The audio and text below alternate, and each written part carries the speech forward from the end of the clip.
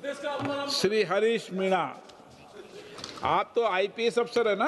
हाँ हाँ बिल्कुल है सर। सर मैं सदन का सदस्य हूँ सर। Very good.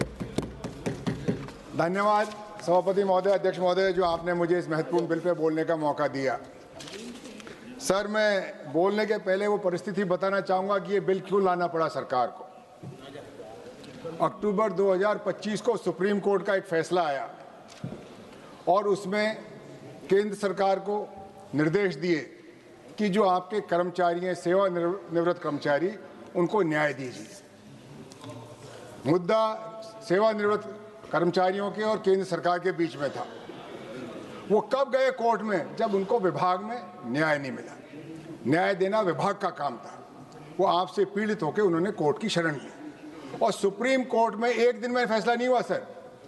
आप इतने दिन से सरकार में, ये महीनों सालों साल ये केस चलता रहा, आपने उनको बुलाया ही नहीं। सुनते उनकी क्या पीड़ा है। आपका कर्मचारी आपके खिलाफ कोर्ट में जा रहा है, वो आपके पास क्यों नहीं आया? और आया तो आपने उसका सुना क्यों नहीं? तो पहली फेलियर हमारी यहाँ हुई कि हमने हमारे आदमियों की सुनी नहीं, जबकि हमारी ड्यूटी ये है कि हम अपने कर्मचारियों की पीड़ा सुने, उनकी वेदना सुने। वो गए सरकार के खिलाफ और फैसला आप कुछ ने कुछ और कर दिया। वो चाह रहे थे हमारा प्रमोशन हो, जिसका प्रमोशन ड्यू है उसको प्रमोशन मिलना चाहिए, समय पे मिलना चाहिए। ये कोई दो वर्गों में झगड़ा नहीं है। जैसे सर मैं आप उदाहरण दूंगा, आप साहब बहुत अनुभवी आदमी हो सर, और मैंने पहले आपको कॉन्स्टिट्यूशन क्लब में भी देखा है। कॉन्स्टिट्यूशन क्लब में जब से ये बना, इसमें चुनाव होते हैं, उसके सदस्य वोट देते हैं, कोई राजनीति नहीं होती, कोई जातिवाद नहीं होता। इस बार आपने क्या किया सर? आप ही की पार्टी के दो आदमी लड़ा दिए और जातियों के आधार पर वोट डाल दिए। फूट डालो और राज करो। सर मैं माहौल बता रहा हूं सर, मैं माहौल बता रहा हूं सर। आप अजय नहीं, जगदापाल जी ये खुद आईपीएस अफसर हैं। बोले सर मैं अभी आईपीएस अफसर के खिलाफ कैसे बोले? तो इधर उधर की कहानी बता रहे हैं। नहीं सर, वो नहीं कर रहा। सर मैं आप मेरे अध्यक्ष हैं सर, इस सभा के हमारे संरक्षक हैं सर। मैं आपके सामने अपनी पीड़ा रख रहा हूँ सर। ये हुआ ऐसा नहीं, फिर इनके क्या होता है, ये अधिकारी और कर्मचारी लड़ेंगे तो कार्यकुशलता जाएगी, ये कार्य, इनका मन कार्य में लगेगा नहीं और कहीं न कहीं नुकसान होगा विभाग को, और विभाग को नुकसान होगा तो देश को होगा। ये जो केंद्रीय सशस्त्र बल हैं सर, ये गृह विभाग के अधीन आते हैं और गृह विभाग में आंतरिक सुरक्षा विभाग के अधिकारी हैं। इनके आईएएस डिवीजन है सर, इंटरनल सिक्योरिटी डिवीजन, उसके सचिव होते हैं इनके यहाँ। उनको ये पता नहीं था कि इनके अधिकारी और कर्मचारी लड़ रहे हैं सुप्रीम कोर्ट में। इन्होंने बताया नहीं सरकार को, इनकी ड्यूटी नहीं थी ये बताना। आपके कर्मचारी क्या कर रहे हैं, किससे दुखी हैं, क्यों दुखी है, कब तक दुखी है, आपको पता ही नहीं था। क्या गृह विभाग चला रहे थे आप? क्या चला रहे थे? किसकी जिम्मेवारी थी? आपने जिम्मेदारी क्यों नहीं तय करी? और उसका फल क्या होता है सर? जब इन अधिकारियों के इनके भी झगड़ा होता है, आपका बालाकोट होता है, पहलगाम होता है, क्योंकि वो तो झगड़े में व्यस्त है। आपकी ड्यूटी कौन करेगा? ये आपकी कमजोरी है सर। मैं इसलिए कह रहा हूं, देश की सुरक्षा का मसला है और देश जब आंतरिक रूप से सुरक्षित नहीं है तो बताइए यहाँ का नागरिक कैसे सुरक्षित होगा? मुझे वो दिन भी याद है सर, कुछ दिन से एक बात हूं, कभी सदन के अंदर स्पीकर के वक्तव्यों पर सवाल नहीं उठाते। नहीं आपने विश्वास के सर, नहीं मैं ये नहीं कह रहा हूं सर, मैं कह रहा हूं सुरक्षा की बात, मैं सुरक्षा की बात कह रहा हूं सर, मैं कह रहा हूं सुरक्षा की बात। मैं किसी पे अजय नाम नहीं लेता सर। हमारे देश में हर नागरिक सुरक्षित होना चाहिए, हर नागरिक, और सुरक्षा प्रदान करना सरकार की जिम्मेवारी है। ये तो सही है। अब सर बताइए, अगर हर नागरिक की बात छोड़ दिए, अगर क्या सुरक्षित है तो बताइए सुरक्षित कौन है? मुझे ये पीड़ा है सर, मैं किसी पर आरोप नहीं लगा रहा, मुझे पीड़ा है सर। मैं आपके परमिशन से बोल रहा हूं सर, विधेयक पे विषय पे सर, आंतरिक सुरक्षा का विषय सर, मैं आंतरिक सुरक्षा पे बोल रहा हूं। इससे बड़ी सुरक्षा क्या होगी? विधेयक पे बोले, विधेयक पे। सर मेरी बात बिल्कुल है, अनुराग जी के समझ में नहीं आ रही, मैं इनसे अलग से समझा दूंगा।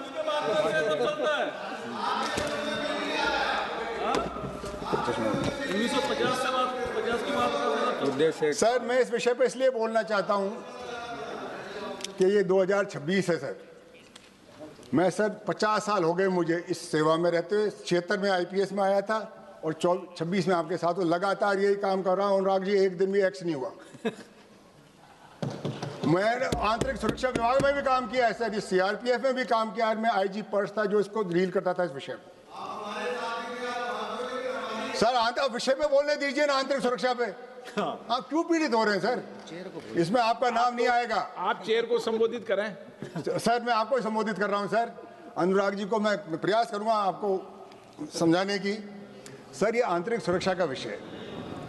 मैंने एक देश के नागरिक के रूप में देखा है इसको।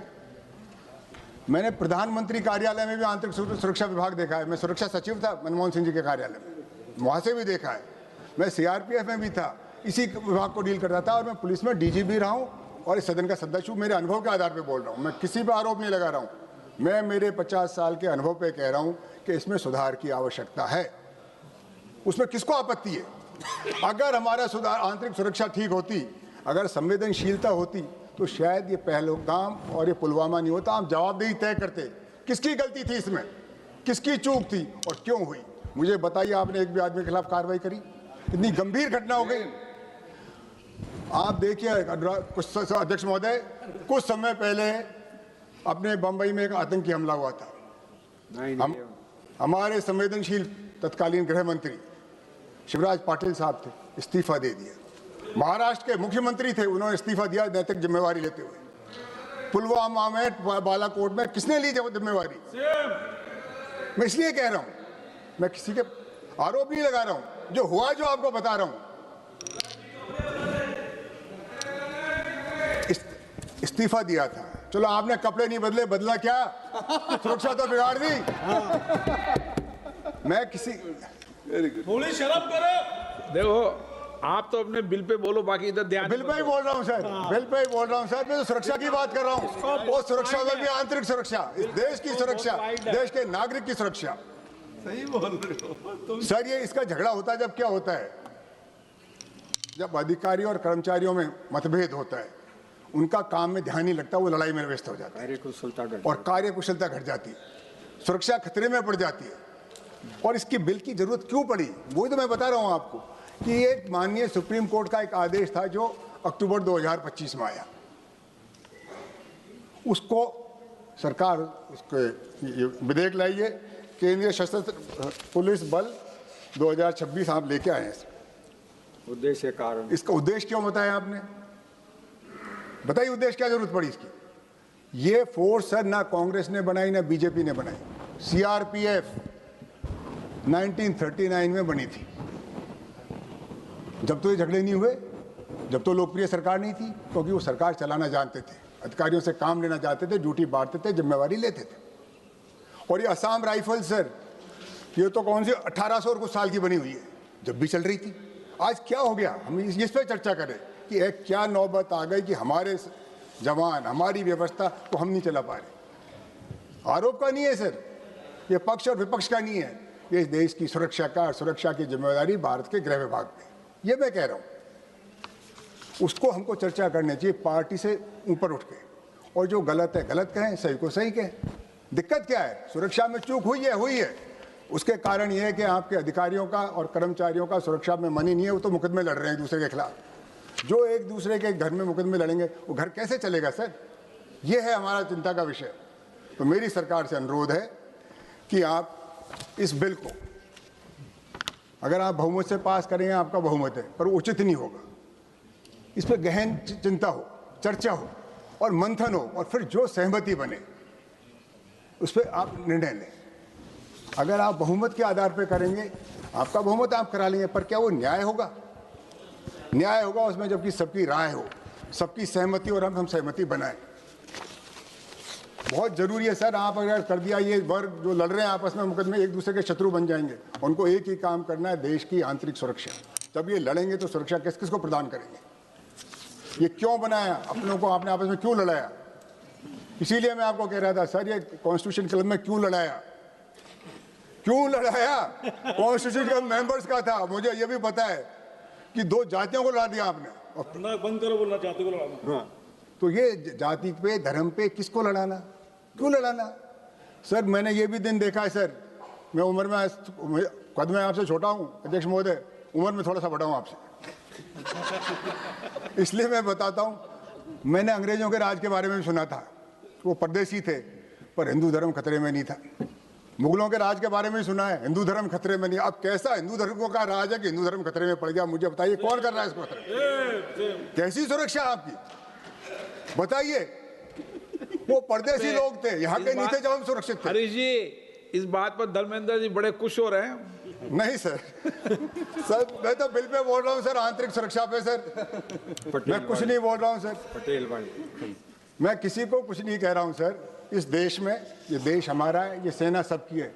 इसमें गजेटेड ऑफिसर भी होंगे, नॉन गजेटेड भी होंगे, सिपाही भी होगा, हेड कांस्टेबल भी होगा, एएसआई भी होगा, इंस्पेक्टर, सब इंस्पेक्टर, जो भी डीजी सब होंगे। सबकी ड्यूटी है और उनसे सबसे काम लेना सरकार का काम है। सबको काम में। मैं तो अर्जुन जी आपके भी पक्ष में हूँ, आप जहाँ भी हो मेरे हो।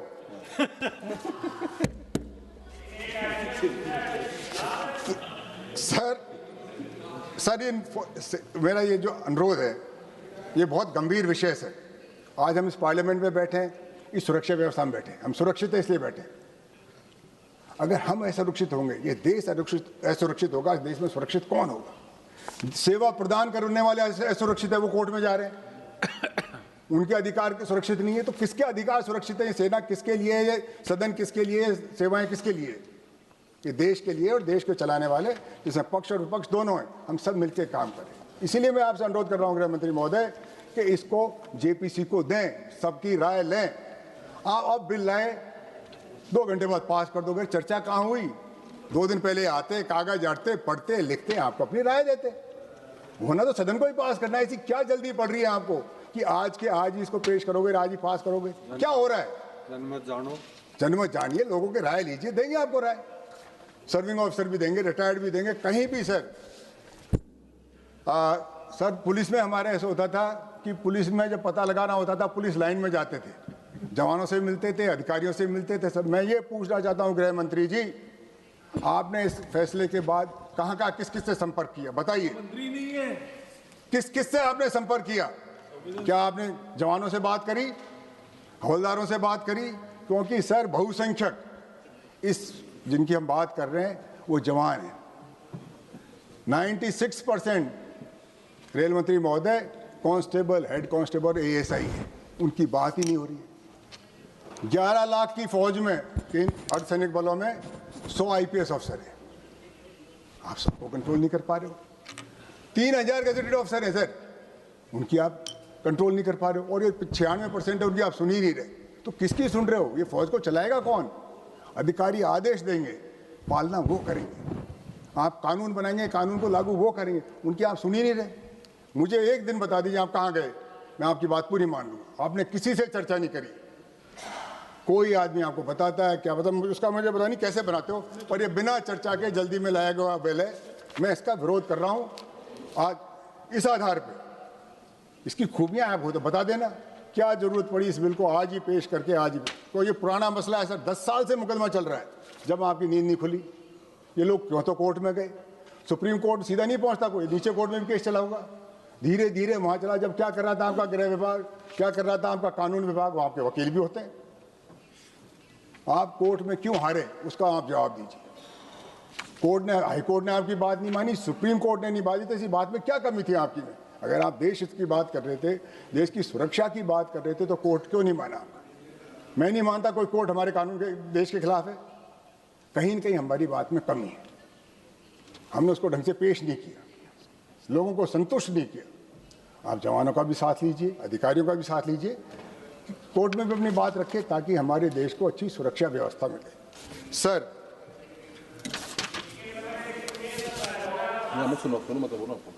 आप डिस्टर्ब मत करो, he is not reading. Sir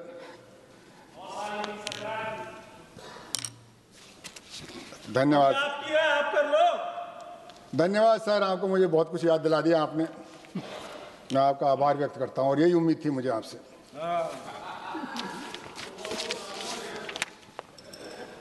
sir ये जो अलग अलग फोर्स बनी, अलग अलग उद्देश्य बनी थी, अलग अलग समय पर बनी थी। क्योंकि मुझे पता है गृह मंत्री जी क्या जवाब देंगे? इसके लिए तो नेहरू जी जिम्मेवार है। सीआरपीएफ 1939 में बनी थी जब नेहरू जी प्रधानमंत्री नहीं थे सर। कृपया ये मत कहना कि इसके लिए इंदिरा जी जिम्मेवार है। आप इंदिरा जी के बारे में कुछ कमी है तो जरूर बताइए, पर इंदिरा जी वो ही हैं जो आप बार बार कहते हो पाकिस्तान हमारा दुश्मन है, पाकिस्तान का ये कर देंगे। इंदिरा गांधी ने बात कम करी और पाकिस्तान के 2 टुकड़े करा दिए, वो इंदिरा गांधी थी। वो आप अपने मुंह से नहीं कहोगे कि हमारी सबसे देश की बड़ी चुनौती पाकिस्तान है। 2 टुकड़े किए, उन्होंने राजनीति नहीं करी, उन्होंने कर्तव्य निभाया। वो इंदिरा गांधी थी जिसने सिक्किम एक दूसरा इंडिपेंडेंट कंट्री था उसको हिंदुस्तान में मिलाया, पर राजनीति नहीं करी। उन्हें देश हित में किया, जनता के हित में किया। करना कुछ नहीं, बातें बड़ी बड़ी करनी। वोट भी नहीं मांगे पटेल करना कुछ नहीं। मुझे बताइए क्या किया आपने, क्या किया? पाकिस्तान की कितनी इंच जमीन ली आपने? नहीं बात करोगे आंतरिक सुरक्षा की? आप तो इंदिरा जी ने कर दिया, नेहरू जी ने कर दिया, एक उन्होंने किया। उन्होंने देश को निर्माण किया, देश को आज़ादी दिलाई। इस पार्टी के वो सदस्य थे, कांग्रेस पार्टी के सदस्य थे, कांग्रेस पार्टी के बड़ा नेता थे। नेहरू जी का भी योगदान था, गांधी जी का भी था, पटेल का भी था, और जितने हमारे स्वाधीनता संग्राम में सब पार्टियों का, एक पार्टी का आंदोलन ही था, उसका नेतृत्व कांग्रेस पार्टी ने किया। तो आप जो अपनी बात बताइए कि आपके कार्यकाल में आपके विभाग का ये फेलियर क्यों हुआ? आपसे कहाँ चूक हुई? उस चूक को पहचानिए, उस चूक को दुरुस्त कीजिए, और जिसकी गलती है उसको सजा दीजिए, जिम्मेवारी लीजिए। आप इंचार्ज हैं इसमें। आप इसको थोड़ी कहेंगे विपक्ष के नेता को कि साहब आप जिम्मेवार हो इसका। आपको 12 साल से आप सत्ता में हैं, आपको ये पता नहीं कि आपके खिलाफ मुकदमा चल रहा है? आपको पाकिस्तान का पता है, अमेरिका का पता है, इसका पता है, खुद का क्या हो रहा है वो आपको पता नहीं है। ये बड़ी अचंभे की बात है।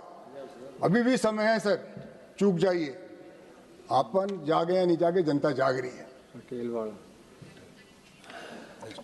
पटेल सर मैं एक उदाहरण देता हूं आपको, कुछ अश्विनी जी की समझ में आएगा। सर सरदार पटेल जब भारत के गृह मंत्री बने, या भारत जब आज़ाद हुआ, एक देश नहीं था।